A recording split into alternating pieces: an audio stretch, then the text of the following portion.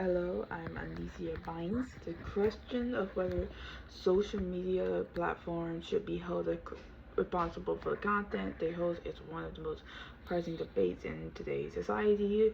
On one hand, that critics argue that platforms are merely a host of user-generated content, and platforms are merely hosts of users-generated. It should not be published for individuals choose to post. On one hand, supporters are regulation, invite the platform influence, profit motives, and ability to moderate harmful material. For me, for my thesis, I am on the on the side of that is free will, and I believe that this will be great if users would regulate it more, and it's a free will if they're on or they were on or off line of it.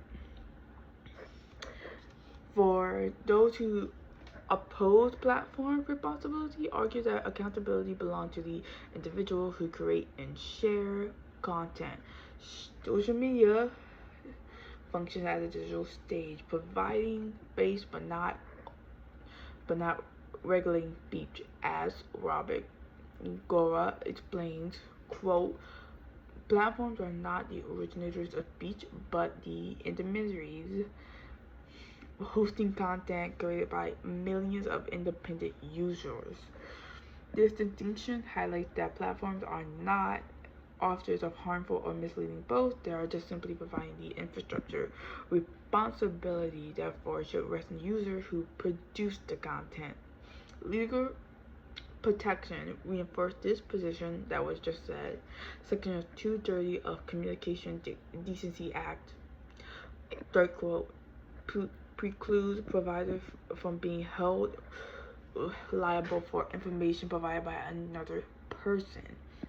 This law shields platforms from being treated as publisher of user content. Stephen Diels adds that freedom of expression protection are designed to shield individuals from censorship, not impose liability on private hosts. End quote. It platforms were held liable, they might over-censor, silencing legitimate voices and undermining democratic dialogue. Furthermore, platforms should already provide tools such as block, mute, unfollow features which empower users to manage their own digital environment. Nicholas John notes that all these features, start quote, empower users to dissolve unwanted ties and manage their own digital environment. End quote. This evidence suggests that individuals already have agency to control what they see, reducing the need for platform liability.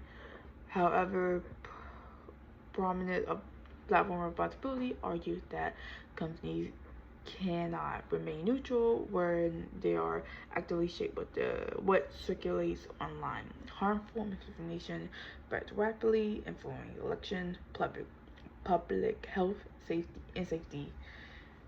Tarleton Gipsy observed that, start quote, platforms are not neutral conduits but active shapers of what circulates online, and grow by amplifying the certain contents through algorithms.